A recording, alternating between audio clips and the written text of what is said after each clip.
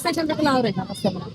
ಏನಿದು KLE college ಕಡೆ ground ಅಲ್ಲಿ ಆಟೋ ಎಲ್ಲ ಇಟ್ಕೊಂಡು ಏನ್ ಸಮಾಚಾರ, ಏನ್ ಮಾಡ್ತಿದ್ದೀರಿ? ಮೇಡಮ್, ನಾನು ಇಲ್ಲಿ ಹೆಣ್ಮಕ್ಳಿಗೆ ಆಟೋ ಫ್ರೀ ಟ್ರೈನಿಂಗ್ ಕೊಡ್ತೀವಿ. ತಳಿರು ಫೌಂಡೇಶನ್ ಇಂದ ಫ್ರೀ ಟ್ರೈನಿಂಗ್ ಕೊಡ್ತೀವಿ ನಾವು.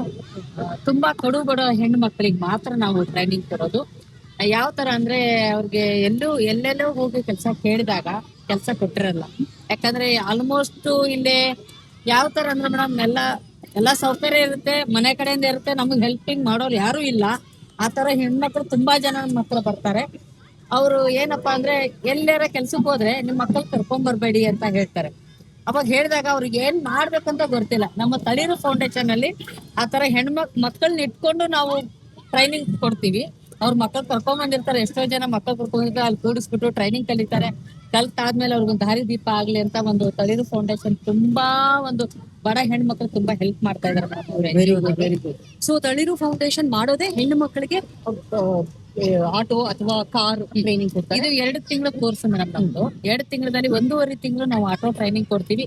ಇನ್ನು 10 ದಿನ ಹೆಣ್ಮಕ್ಳು ಆಟೋ ಕಲ್ತು ಒಂದೇ ಬೇಡ, ಒಂದು ಕಾರುನು ಕಲೀಲಿ, ಮುಂದೆ ಅವರು ಲೈಫ್ ಇನ್ನೊಂದ್ ಸ್ವಲ್ಪ ಚೇಂಜ್ ಆಗ್ಲಿ ಅಂತ ಕಾರು ಕೂಡ 10 ದಿನ ನಾವು ಕಾರು ಟ್ರೈನಿಂಗ್ ಕೊಡ್ತೀವಿ. ಟೋಟಲಿ 2 ತಿಂಗಳಲ್ಲಿ ನಾವು car plus auto training. Very good, very good. So ಈ ಸೆಂಟರ್ ಎಲ್ಲಿದೆ? ರಾಜಾಜಿನಗರ ಬಿಟ್ಟು ಯಾಕೆಂದ್ರೆ ಬೇರೆ ತುಂಬಾ ದೂರದಿಂದ ಬರೋರು ಎಲ್ಲ ಎಲ್ಲೆಲ್ಲಿದೆ centers? ಇದು 4 ಸೆಂಟರ್ ಇದೆ.